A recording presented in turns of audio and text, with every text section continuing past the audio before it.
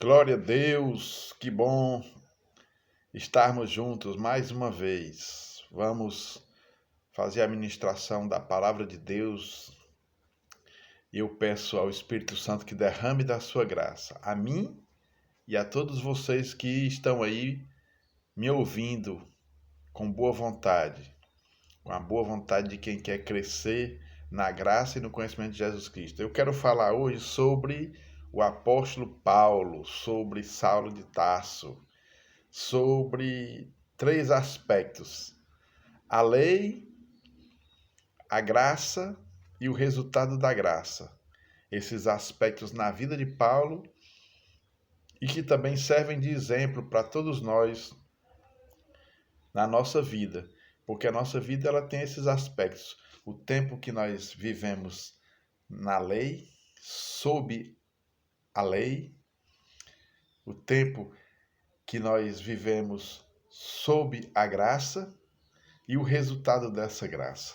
Então, eu queria falar sobre isso na vida de Paulo e que isso possa servir também na vida daqueles que já estão em Cristo e aqueles que ainda vão estar em Cristo e aqueles que ainda não estão em Cristo. Então, o resultado de vivermos sob a lei, o resultado de vivermos sob a graça.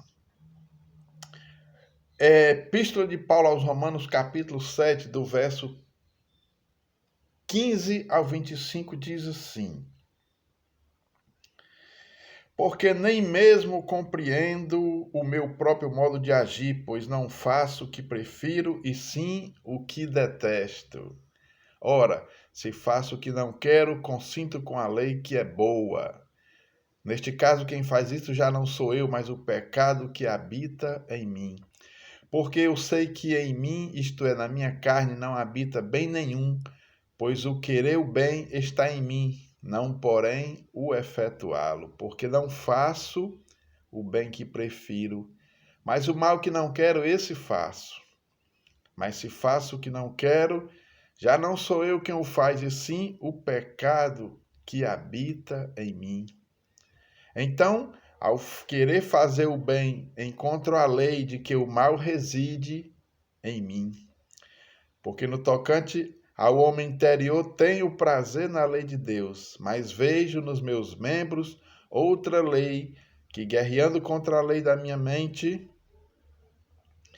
me faz prisioneiro da lei do pecado que está nos meus membros. Desventurado homem que sou, quem me livrará do corpo dessa morte? Quem em nenhum momento da vida, sendo alguém que tem fome e sede de Deus, não deu de encontro com esse paredão chamado lei?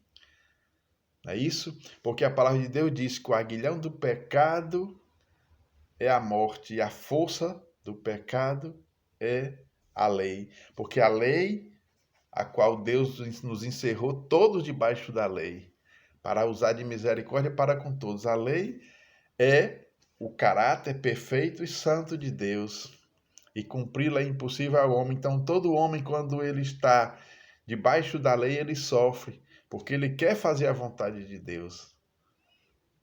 Mas, ao mesmo tempo, essa lei o força a pecar. Não que seja a lei que o esteja forçando, mas é o caráter santo, é o padrão santo de Deus que é inatingível. Esse é o Paulo que está debaixo da lei. Então, Paulo, ele era escravo, ele era prisioneiro. Ele prestava culto a Deus, mas sem entendimento, ele perseguia os cristãos. E mesmo depois, com toda a teologia, com ele sendo um fariseu, um homem que estudou aos pés de Gamaliel, ele conhecia toda a Torá e toda a lei, e ele tinha o prazer de tentar cumprir a lei perfeitamente, e ele sofria esse paradoxo de querer ser santo e, ao mesmo tempo, a lei o fazia cada vez mais pecador. E ele ficava: miserável homem que eu sou, um Paulo escravo, prisioneiro religioso, um Paulo legalista, um Paulo com a consciência de pecado, porque o cárcere da alma não é a matéria, o cárcere da alma é a consciência de pecado, porque nós temos a consciência do bem e do mal. Nós somos seres morais, Nós temos a imagem de Deus. Louvado seja Deus. E Paulo sofria isso. É isso? Ele tinha essa confiança no eu. Como todas as vezes nós, quando somos religiosos, confiamos muito no eu e queremos fazer, e queremos ser, e queremos ser perfeitos. E às vezes nos deparamos com o que aconteceu com Moisés, que feriu a rocha. É isso? Que queria ser o super crente e naquele momento de ira, quando ele era para falar com a rocha, ele feriu a rocha. Isso lhe custou muito caro. Louvado seja Deus. Então Paulo estava nessa posição debaixo da lei, sujeito à lei, a qual todos nós estamos. Mas isso aí tem o quê? O propósito de Deus. Deus, ele nos conduz. A lei é um aio que nos conduz a Cristo, nos conduz à graça. É plano de Deus para que você entenda, não é isso? O caminho que Deus quer te levar, o caminho de águas tranquilas, debaixo da graça de Deus. Então, louvado seja Deus. Esse é o homem e a mulher que vivem debaixo da lei, que não entendem a graça. Mas quando ele entende a graça, ele é conduzido para a graça, o que é que acontece? Louvado seja o nome do Senhor. Aí ele vem para Romanos 8. Romanos 8, 1 diz: Agora, pois, já nenhuma condenação há para os que estão em Cristo. Olha a transformação que acontece num homem quando ele tem um encontro com a graça. Olha aqui.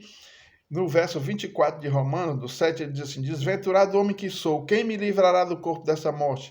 E no 25 ele já entra nessa nova etapa.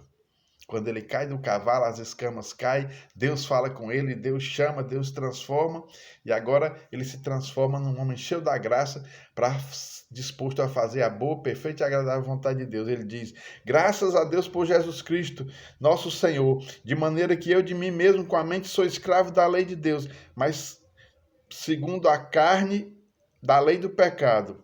Aí no 8:1 ele diz: Agora, pois, já nenhuma condenação há para os que estão em Cristo Jesus. O 2: Porque a lei do Espírito de vida em Cristo Jesus te livrou da lei do pecado e da morte. 3: Porquanto o que fora impossível a lei no que estava enferma pela carne, isso fez Deus enviando o seu próprio Filho em semelhança de carne pecaminosa, e no tocante ao pecado, com efeito, condenou Deus na carne o pecado. Olha aí, Cristo pagou o preço. Então não é mais o eu, agora é o ele, o que ele disse, o que ele fez, quem ele é. O sacrifício perfeito. Ele foi alcançado pela graça, agora ele tem paz com Deus. Agora ele está justificado com Deus, agora ele está reconciliado com Deus, agora ele descansa no que Cristo fez e ele está fortalecido para fazer a boa, agradável e perfeita vontade de Deus, pela ação do Espírito Santo, pela graça de Deus e não pelo eu. Eu fiz isso, eu sou aquilo, eu sou bom, eu consigo, eu corro, eu persigo, eu faço. Não, agora é ele fez, ele conquistou, eu sou tudo nele. Tudo posso naquele que me fortalece. Então, louvado seja Deus. Paulo, na graça, agora é um homem reconciliado, em paz com Deus. Paulo agora é livre, é um homem cheio da consciência da graça, da consciência do perdão, da consciência do que ele recebeu por graça, por amor de Cristo, por sacrifício de Cristo, e não por mérito próprio, não por suas próprias obras. Ele agora está livre, está liberto e vai ser um homem frutífero.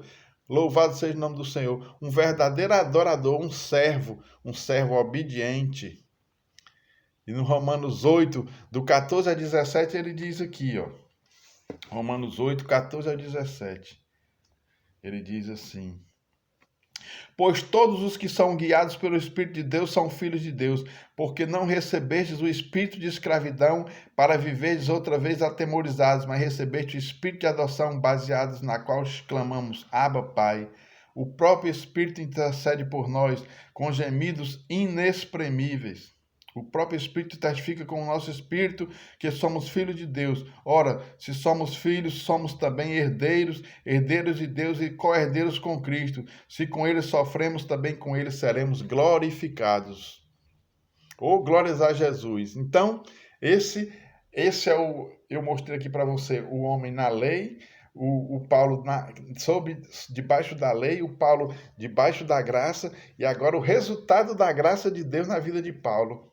Aqui, Filipenses 1:21, diz assim: Portanto, para mim, O viver é Cristo e o morrer é lucro.